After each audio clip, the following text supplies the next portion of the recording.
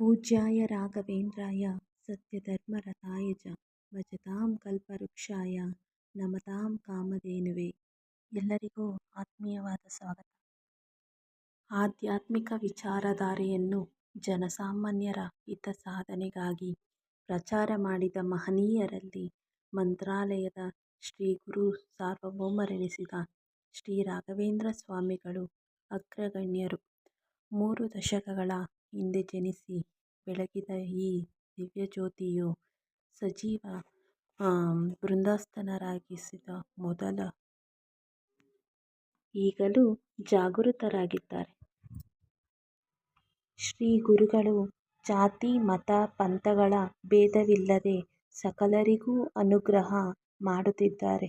ಇನ್ನು 400 ವರ್ಷಗಳವರೆಗೂ ಭಕ್ತರ ಉದ್ಧಾರಕ್ಕಾಗಿ ಜ್ಯೋತಿಯ ರೂಪದಲ್ಲಿ ಉಳಿಯುತ್ತಾರೆ. ಕಲಿಯುಗದಲ್ಲಿ ಮಾನವನು ಆರ್ಥಿಕ, ಮಾನಸಿಕ, ದೈಹಿಕ ಮುಂತಾದ ಸಂಕಷ್ಟಗಳಿಂದ ಬಳಲುತ್ತಿದ್ದಾನೆ. ಈ ತೊಂದರೆಗಳಿಂದ ಬಿಡುಗಡೆ ನಮಗೆ ಶ್ರೀ ಗುರುರಾಯರ ಸೇವೆಯಿಂದ ಮಾತ್ರ ದೊರಕಬಲ್ಲದು. ಶ್ರೀ ಗುರುರಾಯರ ಅನೇಕ ಭಕ್ತರು ತಮ್ಮ ಜೀವನದಲ್ಲಿ ಗುರುರಾಯರ ಸೇವೆಯಿಂದ ಸುಖ, ಶಾಂತಿ, ನೆಮ್ಮದಿ ಎಲ್ಲವನ್ನೂ ತಮ್ಮದಾಗಿಸಿಕೊಂಡಿದ್ದಾರೆ. ಶ್ರೀ ಗುರುಗಳನ್ನು ಕಲಿಯುಗದ ಕಾಮಧೇನು ಎಂದಲೇ ಕರೆಯಲಾಗುತ್ತದೆ. ರಾಘವೇಂದ್ರ ಸ್ವಾಮಿಗಳು 15/5/1595 ತಮಿಳುನಾಡಿನ ಭುವನಗಿರಿಯಲ್ಲಿ ಇವರ ಜನನವಾಯಿತು. ಶ್ರೀ ಗುರು ರಾಘವೇಂದ್ರ ಸ್ವಾಮಿಗಳ ಪೂರ್ವಾಶ್ರಮದ ಹೆಸರು ವೆಂಕಣ ಭಟ್ಟರು, ವೆಂಕಟನಾಥ, ವೆಂಕಟಾಚಾರ್ಯ ಎಂದು ಕರೆಯುವರು. ಇವರ ತಂದೆಯ ಹೆಸರು ತಿಮ್ಮಣ್ಣ ಭಟ್ಟರು. ಇವರ ತಾಯಿಯ ಹೆಸರು ಗೋಪಿಕಾಂಬೆ. ಗುರುಗಳು ಬಾಲ್ಯದಿಂದಲೇ ತುಂಬ ಬುದ್ಧಿವಂತರಾಗಿದ್ದರು. ಇವರ ಪ್ರಾಥಮಿಕ ಅಭ್ಯಾಸ ಮಧುರೈನಲ್ಲಿ ನಡೆಯಿತು. ಶ್ರೀಗಳು ಸರಸ್ವತಿ ಎಂಬ ಕನ್ಯೆಯ ಜೊತೆ ವಿವಾಹವೂ ಕೂಡ ಆಗಿತ್ತು. ವಿವಾಹದ ನಂತರ ಇವರು ಕುಂಭಕೋಣಕ್ಕೆ ಬಂದು ಶ್ರೀ ಸುಧೀಂದ್ರ ತೀರ್ಥರ ದ್ವೈತ ಸಿದ್ಧಾಂತದಲ್ಲಿ ಉನ್ನತ ವ್ಯಾಸಂಗ ಮಾಡತೊಡಗಿದರು. ಅಲ್ಲಿಯೇ ಮಕ್ಕಳಿಗೆ ಸಂಸ್ಕೃತ ಮತ್ತು ವೇದಗಳನ್ನು ಕಲಿಸುತ್ತಿದ್ದರು. ಯಾರಿಗೂ ಫಲಾಪೇಕ್ಷೆಯಿಲ್ಲದೆ ವಿದ್ಯಾದಾನವನ್ನು ಮಾಡುತ್ತಿದ್ದರು. ಅವರ ಆರ್ಥಿಕ ಪರಿಸ್ಥಿತಿ ಆಗ ಚೆನ್ನಾಗಿರಲಿಲ್ಲ. ಎಷ್ಟೋ ಸಲ ತಮ್ಮ ಹೆಂಡತಿ ಮಕ್ಕಳೊಂದಿಗೆ ಉಪವಾಸ ಇರಬೇಕಾದ ಪರಿಸ್ಥಿತಿಯಲ್ಲೂ ಸಹ ದೇವರಲ್ಲಿ ನಂಬಿಕೆಯನ್ನು ಕಳೆದುಕೊಂಡಿರಲಿಲ್ಲ ಹಾಗೂ ದೇವರ ನಾಮಸ್ಮರಣೆಯನ್ನು ಬಿಟ್ಟಿರಲಿಲ್ಲ. ಒಮ್ಮೆ ವೆಂಕಟನಾಥರಿಗೆ ತಮ್ಮ ಪತ್ನಿ ಮತ್ತು ಮಗನ ಜೊತೆ ಸಮಾರಂಭಕ್ಕೆ ಹೋಗಲು ಒಂದು ಆಹ್ವಾನವಿತ್ತು. ಆದರೆ ಆಹ್ವಾನ ನೀಡಿದವರು ಇವರಿಗೆ ಸರಿಯಾದ ಗೌರವ ನೀಡದೆ ಇವರಿಗೆ ಗಂಧ ತೇಯುವ ಕೆಲಸವನ್ನು ನೀಡಿದರು. ವೆಂಕಟನಾಥರು ಬೇಸರಿಸದೆ ಕೊಟ್ಟ ಕೆಲಸವನ್ನು ಮಾಡುತ್ತಾ ಇರುವಾಗ ಗಂಧದ ಕೊರಡು ಭಗವಂತನ ಸಂಕಲ್ಪದಿಂದ ಅಗ್ನಿಸೂಕ್ತ ಪಠಿಸುತ್ತಾ ತೇಯ್ದರು. ತೇಯ್ದ ಗಂಧವನ್ನು ಲೇಪಿಸಿಕೊಂಡ ವಿಪ್ರರಿಗೆ ಮೈಯೆಲ್ಲ ವಿಪರೀತ ಉರಿ ಪ್ರಾರಂಭವಾಯಿತು. ಈಗಾಗಲೂ ಕಾರಣ ಹುಡುಕಿ ಹೊರಟ ಮುಖ್ಯಸ್ಥರು ವೆಂಕಟನಾಥರನ್ನು ಕಾರಣವನ್ನು ಕೇಳಿದರು. ವೆಂಕಟನಾಥರು ತಾವು ಅಗ್ನಿಸೂಕ್ತ ಪಠಿಸುತ್ತಾ ಗಂಧವನ್ನು ತೇಯ್ದುದರಿಂದ ಹೀಗಾಗಿರಬಹುದು ಎಂದು ಹೇಳಿದರು.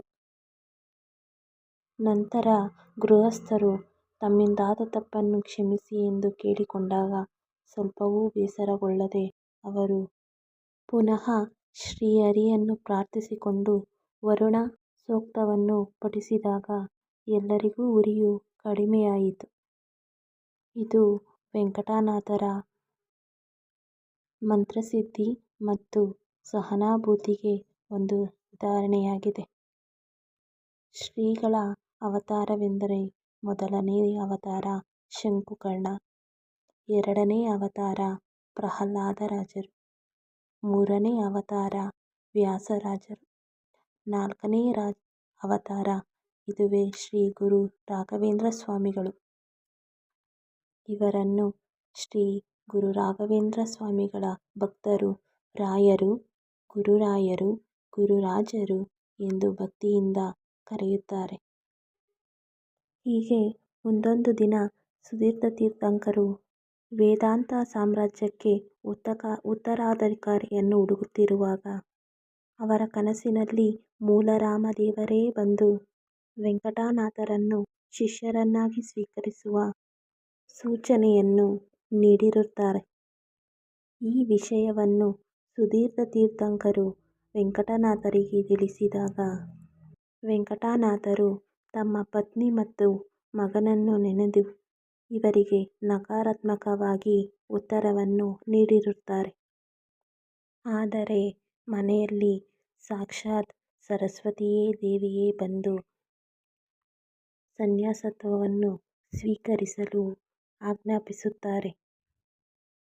ಇದರಿಂದ ವೆಂಕಟನಾಥರು ಮನಬದಲಿಸಿ ಅದರಂತೆ ಫಾಲ್ಗುಣ ಶುದ್ಧ ಬಿದಿಗೆ ಎಂದು ತಂಜಾವೂರಿನ ರಘುನಾಥ ಭೂಪಾಲನ ಹಾಗೂ ಅನೇಕ ವಿದ್ವಾಂಸರು, ಆಚಾರ್ಯರ ಸಮ್ಮುಖದಲ್ಲಿ ಶ್ರೀ ಸುಧೀಂದ್ರ ತೀರ್ಥಂಕರು ಸನ್ಯಾಸತ್ವವನ್ನು ನೀಡಿ ಶ್ರೀ ರಾಘವೇಂದ್ರ ತೀರ್ಥರು ಎಂಬ ಅದ್ಭುತ ಹೆಸರಿನೊಂದಿಗೆ ನಾಮಕರಣವನ್ನು ಮಾಡುತ್ತಾರೆ. ವೇದಾಂತ ಸಾಮ್ರಾಜ್ಯದಲ್ಲಿ ಪಟ್ಟಾಭಿಷೇಕವನ್ನು ನೆರವೇರಿಸಿರುತ್ತಾರೆ. ಇತ್ತ ತಮ್ಮ ಪತ್ನಿ ಸನ್ಯಾಸತ್ವದ ವಿಷಯ ಕೇಳಿ ಮನನೊಂದು ಸರಸ್ವತೀ ತಾಯಿಯು ಬಾವಿಗೆ ಬಿದ್ದು ಆತ್ಮಹತ್ಯೆ ಮಾಡಿಕೊಂಡಿರುತ್ತಾರೆ. ಪಿಶಾಚಿಯ ರೂಪ ತಾಳಿ ಶ್ರೀ ರಾಘವೇಂದ್ರ ಸ್ವಾಮಿಯವರತ್ರ ಬರುತ್ತಾರೆ. ಈಕೆಯ ದುರವಸ್ಥೆಯನ್ನು ನೋಡಿ ಶ್ರೀ ರಾಘವೇಂದ್ರ ಸ್ವಾಮಿಗಳು ತಮ್ಮ ತೀರ್ಥ ಪ್ರಸಾದವನ್ನು ಅವರ ಮೇಲೆ ಹಾಕುತ್ತಾರೆ. ಆಕೆಯನ್ನು ತಮ್ಮ ಪಿಶಾಚಿಯಿಂದ ಮೋಕ್ಷ ಪಡೆಯುವಂತೆ ಮಾಡುತ್ತಾರೆ. ಹೀಗೆ ರಾಯರ ಪವಾಡಗಳು ತುಂಬ ಇವೆ. ನನಗೆ ತಿಳಿದಿರುವಷ್ಟು ನಾನು ನಿಮಗೆ ಸ್ವಲ್ಪ ಮಾಹಿತಿಯನ್ನು ನೀಡಿರುತ್ತೇನೆ. ನನ್ನ ಈ ಮಾಹಿತಿ ನಿಮಗೆ ಇಷ್ಟವಾದರೆ ನನ್ನ ಚಾನಲ್ಗೆ ಒಂದು ಲೈಕ್ ಕೊಡಿ, ಸಪೋರ್ಟ್ ಮಾಡಿ, ಹಾಗೆ ಶೇರ್ ಮಾಡಿ. ಧನ್ಯವಾದಗಳು. ಓಂ ಶ್ರೀ ರಾಘವೇಂದ್ರಾಯ. ಓಂ ಶ್ರೀ ರಾಘವೇಂದ್ರಾಯ. ಓಂ ಶ್ರೀ ರಾಘವೇಂದ್ರ ರಾಯರಿದ್ದಾರೆ.